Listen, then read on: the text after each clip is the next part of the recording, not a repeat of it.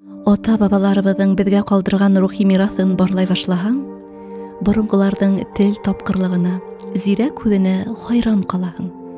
Яшәүнең асылы мәгънәһе ярылып ята унда. Мәсәлән, телде тыю, кәрәк сакта гына һүз кушу, телмәр тотуга килгәндә, кәңәштәре биниһая. Мәсәлән, авайламай әйткән, авырмай үлгән. Агыу хәтәр, агудан яман гайбәт хәтәр. Артык һүз каза килтерер, тора бара яза килтерер. Бынан 11 буат элек ислам динен кабул итеп, оҙайлы дәүр дәвамында әҙәп һәм әхлағын хәстәрләп, халҡыбыҙ Раббынан бүләләренең, йәғни беҙҙең дә хаҡ юлда матур ғәмәлдәр менән йәшәүебеҙҙе һораған. Тел яраһы төҙәлмәҫ диюлар. Хаҡ ҡуйғыһыҙ хазина, матур нәсихәт. Үткәнгә ихтирамлы ҡараш менән, бөгөн ошо юҫыҡта тәрбиә эшен алып барған мөғәллимдәрҙе тыңлайыҡ.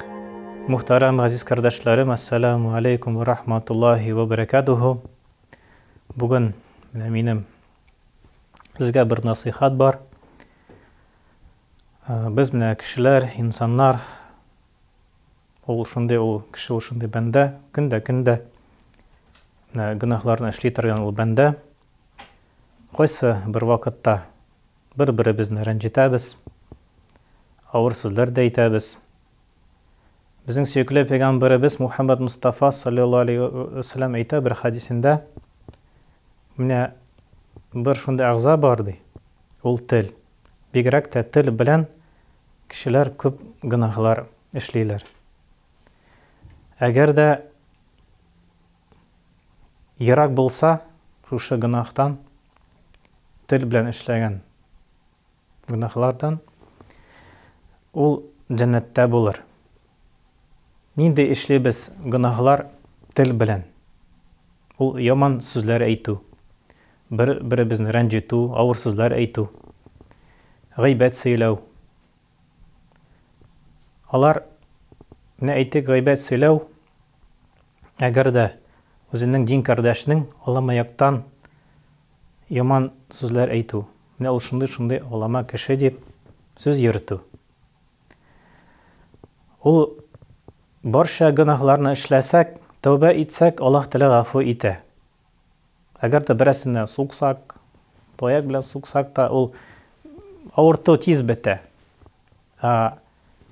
Gıybet söylesek, ol şu kişi işetse, mınsı ucu yürekede tiye in birinciden. İkinciden, bu şunday mine günah, Allah Teala olay gafu etmi.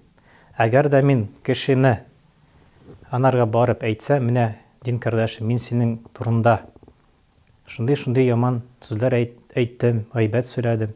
Gafu itesin mi? Ol aytsa, ayı gafu item dese Allah Teala da gafu iter. İtmezse Allah Teala gafu etmi, bu ucu kıymet gününde kaldırır. Şunun için muhtaram cemaat, bigrak da mine şunday günahlardan yirak bularga gerek. Şu günah biz oylaybiz ol belekey gene. Ol ko'rinmey de, bilinmey. No biz gaflet bulabız. Yaman sözler kızgan çokta da aytamiz. Dolaşkanda da. Shularni aytkanda yuraklarimiz qoraya. Kıymet gününde biz bütün kişiler cevap beribіз Allah Teala karşında. Anda bula ölçev, mizan. Aytik, eğer de din kardeşi bizge yılmayıp, yılı söz aytsak, savap alabız. Ucu mizanda ol ağır izgamel bula. Eğer de yaman sözler aytsak, mizanda ağır kibik bula, şunday amel. Allah Teala bütün kişilerin ilter kuşar. Mine ut sirat köperden. Sirat köperden utsa da eğer de bu dünyada köp itip yaman sözler, sözler aytsa, anın karşında cennet eşikleri yapılır. Ucu barıp jetkeş eşikleri yapılır. Körelmez. Шуның өчен мөхтәрәм җәмәгать, ерак булыйк шушы гөнаһлардан, гайбәт сөйләүдән, яман сүзләрен әйтү, рәнҗетү бер-беребезне. Пәйгамбәребез Мухаммад Мустафа саллаллаху алейхи ва саллям әйтә: "Тел белән дә күп итеп саваплар ясап була."